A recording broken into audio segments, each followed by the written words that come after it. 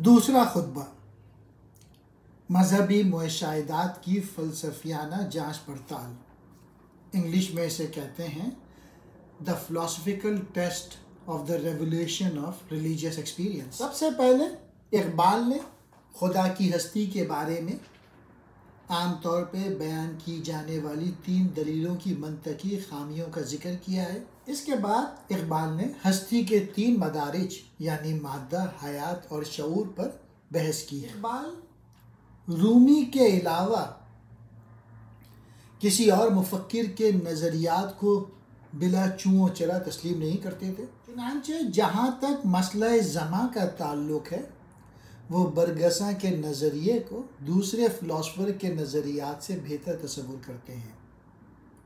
اس کے باوجود وہ برگساں کے تصور مستقبل اور زندگی کی عدم مقصدیت کے نظریے پر بری طرح تنقید کرتے ہیں۔ نہ تھا کچھ تو خدا تھا، کچھ نہ ہوتا تو خدا ہوتا، ڈبویا مجھ کو ہونے نے، نہ ہوتا میں تو کیا ہوتا۔ جب کچھ نہ تھا تو خدا تھا، اور جب کچھ نہ رہے گا تو خدا رہے گا۔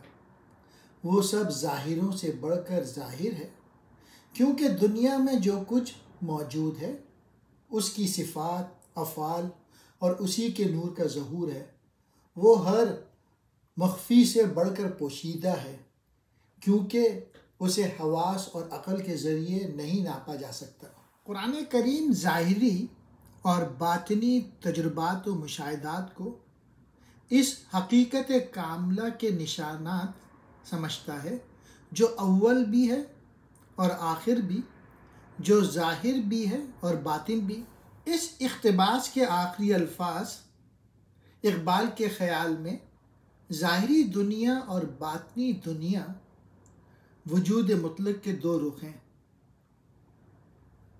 اس میں کسی قسم کی دوئی نہیں، بلکہ وہ ایک ہی حقیقت سے متعلق ہے۔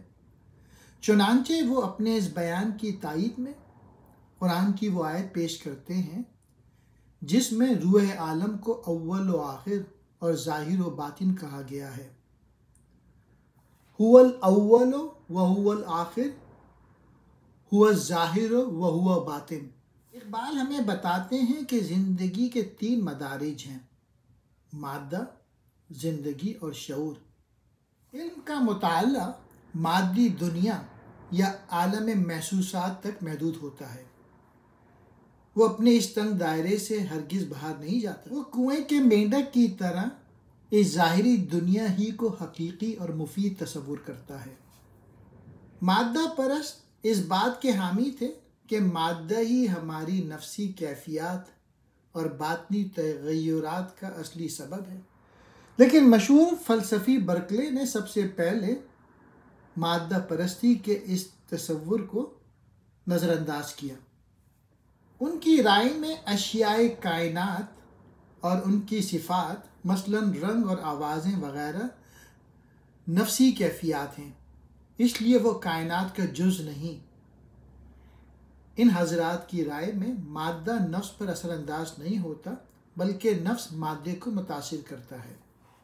ان وجوہات کی بنا پر اقبال ہمیں مادیت کے قدیم تصور کو رد کر دینے کا مشورہ دیتے ہیں۔ عام طور پہ مادے سے وہ چیز مراد لی جاتی ہے جو زمان و مکان میں مستقل بالذات ہو، لیکن جدید طبیعیات نے اس نظریے کو باطل ٹھہرا کر اب اس جگہ نیا تصور پیش کیا ہے جس کی روح سے مادہ تغیر پذیر زمانی اور مکانی روابط کا نام ہے۔ علامہ اقبال زمان و مکان کا بھی ذکر کرتے ہیں، کیونکہ یہ ناممکن ہے کہ مادیت کی بحث کے ضمن میں زمان و مکان کے اہم مسئلے پر روشنی نہیں ڈالی جائے۔ اقبال مادے کے علاوہ تجربے کی دوسری 2 سطحوں یعنی زندگی اور شعور کے متعلق اظہار خیال کرتے ہیں۔ وہ سب سے پہلے شعور کی تعریف و اہمیت بیان کرتے ہوئے کہتے ہیں، شعور کا کام ایسا نقطۂ نوری مہیا کرنا ہے جو زندگی کے آگے بڑھنے والی حرکت کو منور کر سکے۔ یہ نقطہ موقع محل کے مطابق پھیلتا اور سکڑتا ہے۔ اس طرح شعور زندگی کے خالصتاً روحانی اصول کے تنوع کا نام ہے، جو مادہ نہیں بلکہ ایک تنظیمی اصول اور مخصوص طریق عمل ہے۔ اقبال شعور کو زندگی کے لیے شمع راہ قرار دیتے ہیں۔ بقول اقبال، اس میں کوئی شک نہیں کہ سائنسی نظریات ہمیں قابل اعتماد اور قابل تصدیق علم مہیا کرتے ہیں، اور وہ ہمیں حوادث فطرت کے بارے میں پیشن گوئی کرنے اور ان کو مسخر کرنے کے لائق بناتے ہیں، لیکن ہمیں ہرگز یہ امر فراموش نہیں کرنا چاہیے کہ سائنس وجود مطلق کا واحد باضابطہ نظریہ نہیں ہے، بلکہ یہ اس حقیقت کے جزوی نظریات کا مجموعہ ہے۔ اقبال سائنس کی جزویات کو ایک نہایت عمدہ مثال کے ذریعے واضح کرتے ہیں۔ فی الحقیقت مختلف قدرتی علوم لاتعداد گیدوں کی طرح ہیں جو فطرت کی لاش کو نوچ رہے ہیں، اور ہر ایک علم اس لاش کے گوشت کا ایک ٹکڑا لے کر الگ ہو جاتا ہے۔ اس کے برعکس مذہب کلی حقیقت کا مطالبہ کرتا ہے، اسے حقیقت متعلقہ کے جزوی نقطۂ نظر یعنی سائنس سے خوفزدہ ہونے کی کوئی ضرورت نہیں۔ اس عبارت سے پتہ چلتا ہے کہ مذہب کو سائنس پر برتری حاصل ہے، کیونکہ سائنس کی محض علم پر بنیاد ہے۔ علاوہ ازیں ظاہریت اور جزئیت سائنس کی ممتاز خصوصیت ہے۔ اس کے برعکس مذہب نہ صرف ہمیں علم عطا کرتا ہے بلکہ وہ ہم سے عمل کا بھی مطالبہ کرتا ہے۔ مذہب فکر و عمل کا حسین امتزاج رکھتا ہے۔ مذہب ظاہر و باطن دونوں کا اہم قرار دیتا ہے، کیونکہ وہ یک طرفہ ترقی کا قائل نہیں۔ اس کے علاوہ مذہب اور سائنس میں یہ بھی فرق ہے کہ سائنس جزوی حقائق کا مجموعہ ہے، لیکن مذہب حقیقت کلی پر بنیاد ہے۔ جوں ہم زندگی اور شعور کی سطح پر آتے جاتے ہیں توں ہم کو مختلف طرح کے تصورات و افکار کی ضرورت پیش آتی ہے۔ قرآن کے نقطۂ نظر سے وقت کی دو اہم قسمیں ہیں، زمان انسانی اور زمان ایزدی۔ کی رائے میں شعور ذات اور زندگی کی تغیر پذیری کا زمانے کے ساتھ بڑا گہرا تعلق ہے۔ جب ہم اپنی دل کی گہرائیوں میں ڈوب جاتے ہیں تو ہم مختلف واردات و کیفیات سے گزرتے ہیں۔ ہماری زندگی کو ہر وقت لاتعداد احساسات، خیالات، کیفیات اور حالات سے سابقہ پڑتا ہے۔ ہر دم ہماری حیات تغیر پذیری ہوتی ہے۔ کائنات کی کسی شے کو بھی ثبات میسر نہیں۔ ارتقاء پسندی زندگی کی اہم ترین صفت ہے۔ حرکت مسلسل ہی زندگی کا دوسرا نام ہے۔ کائنات و حیات کی اس تغیر پذیری کا وجود وقت کے بغیر ناممکن ہے، چونکہ زندگی کی تغیرات پر بنیاد ہے اور تغیر و تبدیل وقت کے بغیر محال ہے۔ اس لیے زندگی اور وقت کو ایک دوسرے سے جدا نہیں کیا جا سکتا۔ خودی اور وقت میں گہرا ربط ہے۔ خودی کے ایک پہلو کا تو عالم خارجی سے تعلق ہے، لیکن اس کے دوسرے پہلو کا عالم باطنی سے واسطہ ہوتا ہے۔ بالفاظ سے دیگر خودی خلوت پسند بھی ہے اور جلوت دوز بھی۔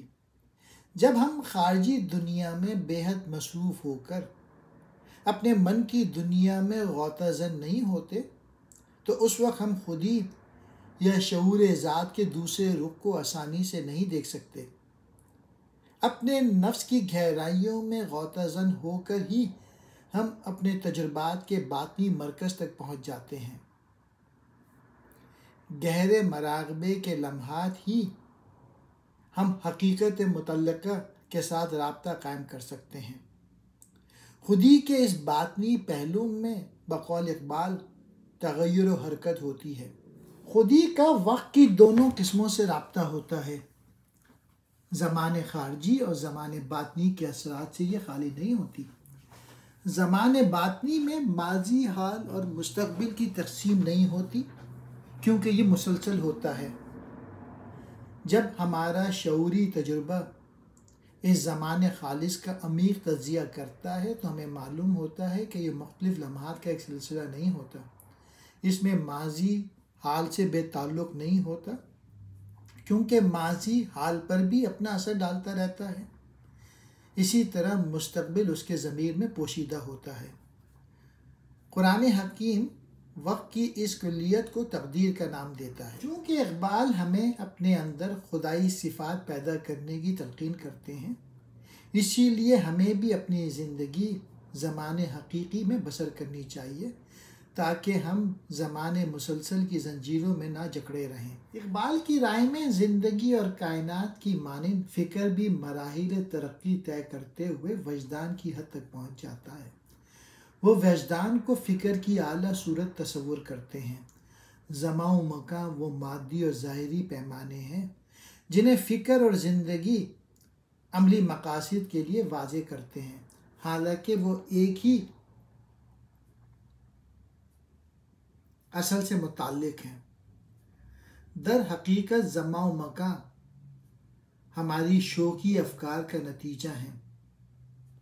اقبال کی رائے میں موجود ہوں کہنا ہی زندگی کا واضح ثبوت ہے۔ خودی یا میں موجود ہوں کو زندگی اور موت کا معیار سمجھتا ہے۔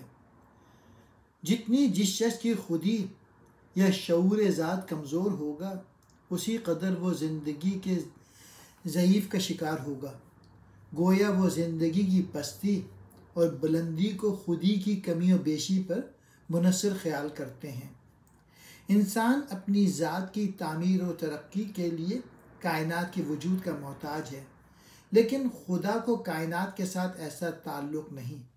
انسانی خودی محدود، لیکن انائے مطلق یعنی خدائے خودی غیر محدود ہے۔ جس طرح سیرت و کردار کے بغیر ذات کا تصور نہیں کیا جا سکتا، اسی طرح خدائے مطلق کی ذات بابرکت کو جاننے کے لیے اس کی سیرت یعنی صفات ایزدی کو سمجھنا ضروری ہے۔